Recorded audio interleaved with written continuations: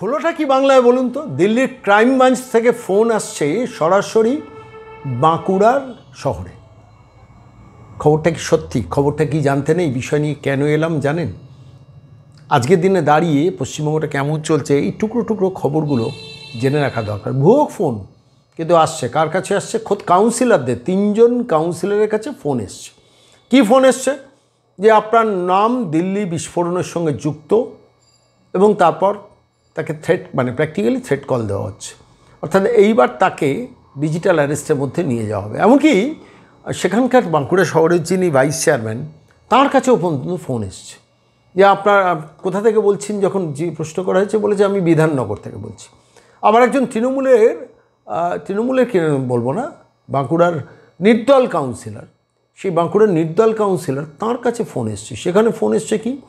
Phone এসছে যে দিল্লির কোথা থেকে বলছেন? দিল্লির ক্রাইম ব্রাঞ্চ থেকে বলছি, এবং সেটা ক্রাইম ব্রাঞ্চ থেকে বলছি, এবং বলা হচ্ছে যে আপনার বিরুদ্ধে এই অভিযোগ আছে। কী অভিযোগ আছে? কাশ্মীরে যে 35টা সিম কার্ড উদ্ধার হয়েছে কাশ্মীর দিল্লি বিস্ফোরণকে কেন্দ্র করে, সেই কাশ্মীরের যে 35টা সিম কার্ড উদ্ধার হয়েছে তার মধ্যে একটি আপনার নামে এন্ট্রি করা আছে। ভাবতে পারেন, আপনার নামে এন্ট্রি করা আছে, সুতরাং এবার তো আপনাকে সমস্যায় পড়তে হবে। অর্থাৎ চমকানো, ভয় দেখানো। এই নির্দল কাউন্সিলর ভদ্রলোক, অন্তত মিডিয়া রিপোর্ট, যে তিনি একটু রুখে দাঁড়িয়ে বলেছেন ঠিক আছে, আমার বিরুদ্ধে যদি এরকম অভিযোগ থাকে আমাকে লিখিতভাবে জানান, আমি তার উত্তর দেব। সেই উত্তর আর মানে লিখিতভাবে জানানোর বিষয়টা আর আসেনি। মূল কথা হচ্ছে, বাংলা কথা হচ্ছে ডিজিটাল অ্যারেস্ট। অর্থাৎ এখন যে কালচারটা এখন চলছে পশ্চিমবঙ্গে, এই ধরনের ঘটনা মুহুর্মুহু ঘটছে, এবং বাইরের রাজ্য থেকেও হচ্ছে, এই রাজ্য থেকেও হচ্ছে। কিন্তু প্রশ্নটা হলো সাহস শক্তিটা পাচ্ছে কোথা থেকে? আমাকে এটা ভাবিয়েছে। সেটা হচ্ছে, দেখুন, সেখানকার ভাইস চেয়ারম্যানকে বলা হচ্ছে যে আমি বিধাননগর থেকে বলছি। আবার সেখানকার নির্দল কাউন্সিলরকে বলা হচ্ছে দিল্লি সাইবার ক্রাইম ব্রাঞ্চ থেকে বলছি, এবং দিল্লি সাইবার ক্রাইম ব্রাঞ্চের সঙ্গে রিলেট করা হচ্ছে কাশ্মীরে যে 35টা ভুয়ো সিম কার্ড উদ্ধার হয়েছে তার মধ্যে একটা আপনার।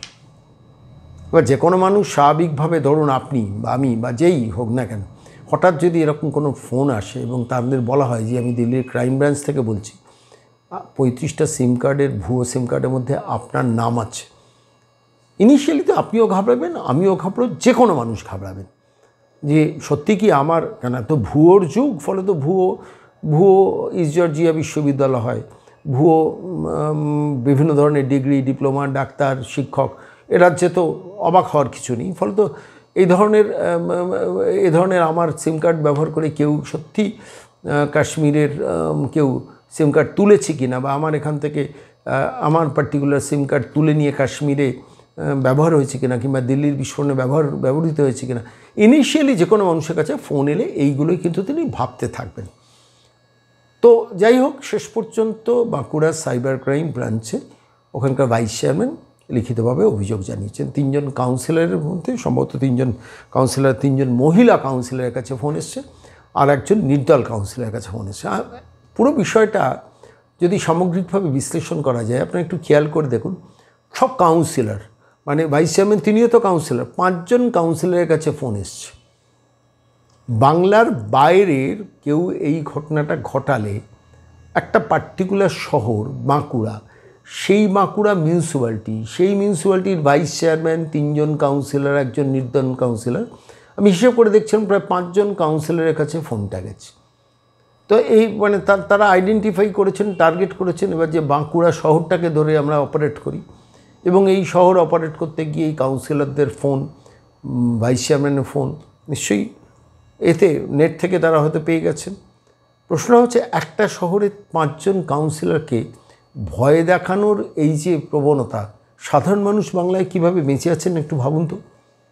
আমরা কাউন্সিলরদের ডিজিটাল অ্যারেস্ট করার চেষ্টা করা হয়েছে, সেটা তারা রুখে দাঁড়িয়ে শেষ পর্যন্ত সাইবার ক্রাইমকে জানিয়েছেন, এবং সেই সাইবার ক্রাইমের রিপোর্ট শেষ পর্যন্ত প্রকাশ্যে আসবে কিনা আমরা কেউ জানি না। কিন্তু প্রশ্নটা হচ্ছে, সাহসটা কী করে পায়, এই শক্তিটা কী করে পায়? নির্দিষ্ট একটা ফোন নাম্বার থেকে ভাইস চেয়ারম্যানকে বা কাউন্সিলরদের বা নির্দল কাউন্সিলরকে ফোন করা হয়েছে, সেই ফোন নাম্বার ট্র্যাক করা কি সম্ভব?